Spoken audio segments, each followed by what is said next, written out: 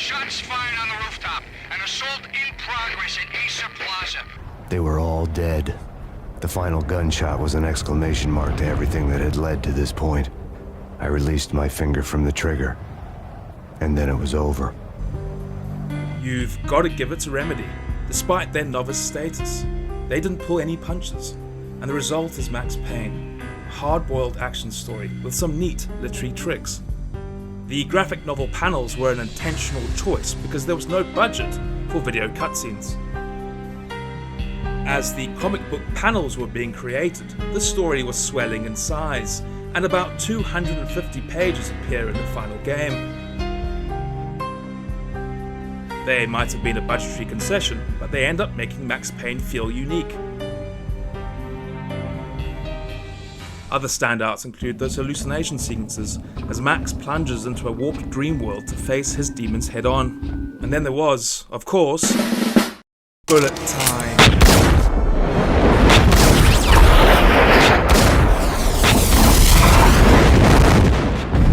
It's impossible to talk about Max Payne for long without talking about bullet time. It is, after all, the defining feature of the game. Slow motion feels old hat, but back in the 90s it was something very special indeed.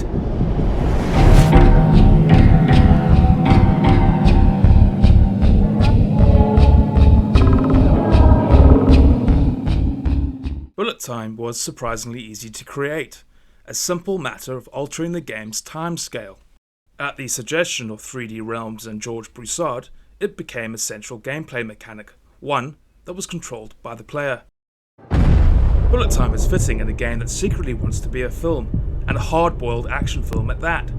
The references are everywhere you look, and Max himself is always eager to deliver a gut-punch one-liner. He could run, but with a bullet in his stomach like a broken bottle of Tabasco, he was quickly running out of time. He knew where his boss was, and I wanted to square things up with Jack Lupino. Cogniti would be moving fast. I don't know about angels, but it's fear that gives men wings.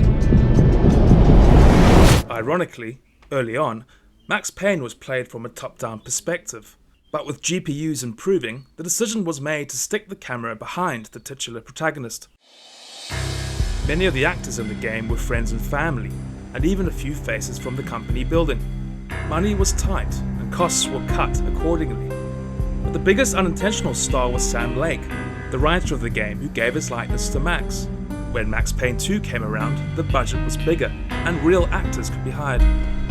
But many fans still reminisce about the old look, though Sam can be seen in Remedy's latest, Alan Wake 2. Max Payne might be 23 years old, but its lineage lives on in Remedy's latest titles. A third-person camera, style in spades, and more crucially, a fixation on story.